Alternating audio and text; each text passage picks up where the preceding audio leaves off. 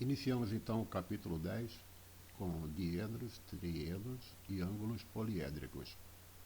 Neste capítulo aprenderemos um pouco sobre as relações que envolvem ângulos formados não só pela interseção de retas, mas também pela interseção de planos. Apresentaremos os conceitos geométricos de diedros, triedros e ângulos poliédricos, que são fundamentais na geometria espacial. Começamos com os postulados básicos. Já vimos na aula anterior, nos vídeos anteriores, o conceito de semi-espaço. Todo plano divide o espaço em dois conjuntos disjuntos e convexos de pontos. E esses conjuntos são chamados de semi-espaços. Vocês lembram, eu sugeri que vocês segurassem uma folha de papel A4 na mão, diante do seu corpo. Então, a parte superior vai dividir, vai conter o semi-espaço E1, conforme a gente está vendo aqui na figura, esses pontos flutuando aqui acima da folha de papel é o semi-espaço, é um dos semi-espaços, digamos assim, o semi-espaço superior. E na parte de baixo do papel, todos os pontos do espaço formarão um outro semi-espaço, o semi-espaço inferior E2. Da mesma maneira, a gente também viu na aula anterior que toda reta divide o plano que a contém em dois conjuntos disjuntos e convexos de pontos, e esses conjuntos são chamados de semiplanos. E a reta de origem, a reta é a origem dos semiplanos. Então temos aqui a folha, digamos, e traçamos uma reta qualquer. A partir deste momento, a folha está dividida em dois semiplanos, semiplano alfa 1 e semiplano alfa 2. Conceito de diedro. Definimos como ângulo diedro, ou simplesmente diedro, ou ângulo diédrico, a união de dois semiplanos distintos cuja origem é uma mesma reta. Então temos aqui o semiplano alfa e o semiplano beta. Eles estão divididos por esta reta R. Uma ideia muito boa de se ter a respeito do diedro seria um livro aberto. Então aqui você tem um semiplano, aqui o outro semiplano, e esta junção aqui seria a reta R. Então os semiplanos alfa e beta, que determinam o diedro, são chamados faces do diedro. Então, no livro, por exemplo, aqui é uma face e aqui é outra face do diedro. Enquanto a reta R, que é a origem comum de ambos os semiplanos, é chamada de aresta do diedro. Então aqui a junção dos dois semiplanos, então vai ser a aresta que a gente vai chamar. Essa palavra vai ser bastante usada. Ângulo retilíneo ou seção normal. Considere o diedro em que a reta T está contida em alfa e a T' contida em beta. Aqui nesta figura, a reta T está contida no plano alfa e a reta T', que é esta aqui, está contida no plano beta. Ambas são perpendiculares à origem R do diedro. Então aqui está a origem R do diedro, e tanto a reta T' como a reta T, elas são perpendiculares à origem R. Está formando aqui, cada uma delas forma um ângulo reto, um ângulo de 90 graus. Muito bem, então definimos como ângulo retilíneo do diedro, ou seção normal, o ângulo θ, aqui está, formado entre T e T'. Então este ângulo aqui, formado por essas duas retas, que está indicado aqui como θ, é o chamado ângulo retilíneo do diedro, ou então seção normal.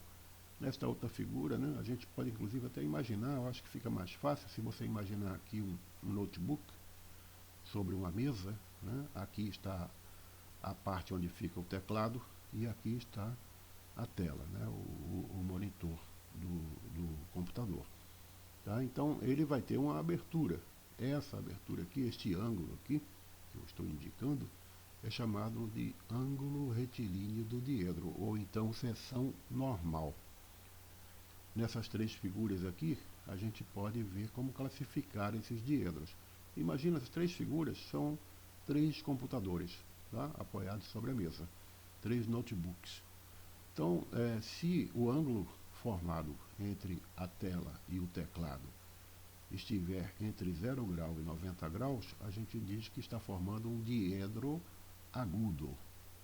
Não é? Se formar um ângulo reto de exatamente 90 graus, a gente fala que é um diedro reto. E se ele estiver mais aberto, né, com um ângulo maior do que 90 graus, então será um diedro obtuso. E a posição relativa de diedros. Né? Então, quanto à posição relativa entre diedros, dizemos que dois diedros são adjacentes, a palavra-chave aqui é adjacentes, se apresentam ângulos diédricos adjacentes. Por exemplo, aqui nessa figura, né, os diedros alfa, R e beta, está aqui, olha, alfa, é esse aqui mais escuro, R e beta, que é este plano aqui do meio. E também beta, R, gama, que é este último aqui, este último plano aqui, o que está mais na frente, né, se eles forem adjacentes. Tá? Então, observe que o plano beta, ele é comum ao primeiro diedro, alfa, R, beta, tá? E também ao segundo diedro, beta, R, gama. Se a gente olhasse por cima, né, olhando daqui, ó, com o seu olhar dirigido aqui, ó, nesta direção aqui, a gente veria algo assim. Só daria para ver, né, essas retas aqui de cima dos planos, né, formando dois ângulos. Tá? Como esses ângulos estão pertinho um do outro, a gente diz que eles são adjacentes. Né? Adjacente você pode imaginar como são vizinhos. Né? Então este ângulo aqui, ó, beta, gama, né, forma esse primeiro ângulo, ele é vizinho, ele está coladinho com este outro ângulo aqui, que é o beta, alfa. Triedro, essa outra figura aqui, ó, chamamos de triedro a região do espaço definida pela reunião de três semirretas não coplanares com origem em um mesmo vértice V. Então, até agora a gente vinha falando de diedro, porque a gente estava considerando dois planos. Se você fizer um pouco mais de esforço aí, né, da sua imaginação, você pode pensar em três planos nessa situação aqui deste desenho. Então, esta figura aqui vai formar o que a gente chama de triedro. Tá? Então, o triedro ele tem um vértice V aqui e as semirretas A, B e C. Né? Então, ele pode ser denotado dessa maneira, uma maneira simplificada, né, de representar o triedro é com esta anotação aqui, a letra V indicando o vértice e as semirretas que o formam A, B e C. Então, os ângulos AB, tá aqui é o ângulo AB, é este ângulo aqui que eu estou apontando, AC é o que fica lá atrás, não está desenhado aqui, né, porque ele está por trás.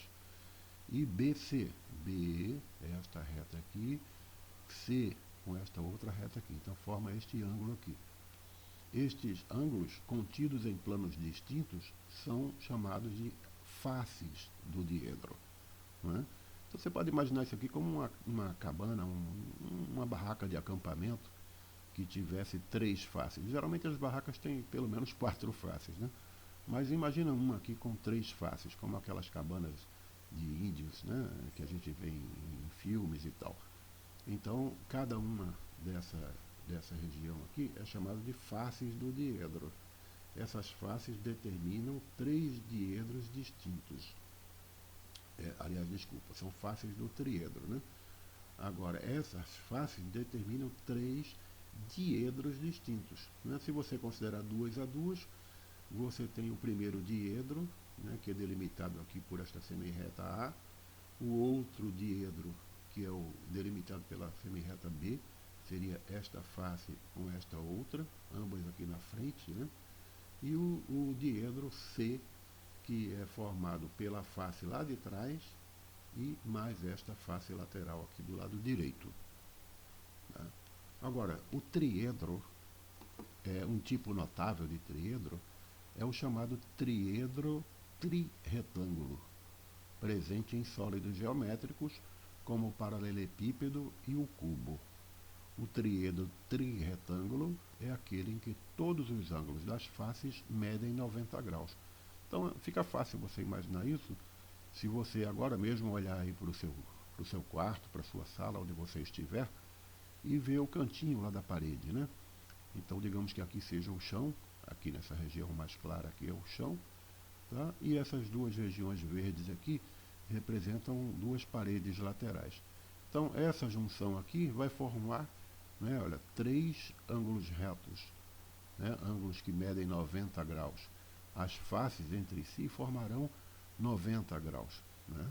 Então nessa situação aqui a gente chama de triedro, porque são três faces, trirretângulo, porque ele é retângulo três vezes, ele forma três ângulos retos. E finalmente a gente pode estender um pouco mais, né? Começamos com o diedro, passamos para o triedro, que a gente acabou de ver, e se a gente estender um pouco mais a imaginação, nós podemos imaginar aqui, olha, essa figura com várias faces, né? Mais de três faces. Se tiver quatro ou mais faces, a gente diz então que ela está formando um ângulo poliédrico. Eu acho que uma boa ideia de uma figura como esta seria este guarda-sol aqui, né, geralmente usada assim na praia, em restaurantes que estão localizados ao ar livre, né? Então esse guarda-sol aqui lembra muito bem essa figura de um ângulo poliédrico, tá?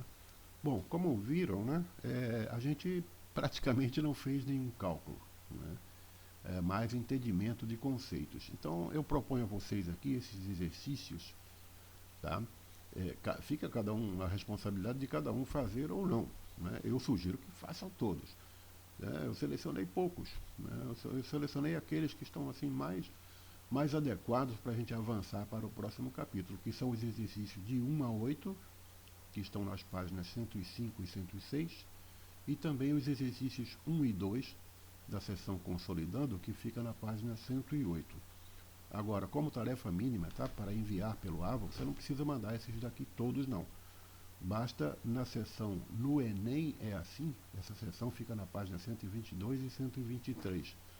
Você faz então os exercícios 1, 2, 3, 4 e 5. São 5 exercícios apenas para você mandar. Ok? Obrigado. Desculpa aí pelo latido do cachorro, essas coisas acontecem. Tá bom? Valeu.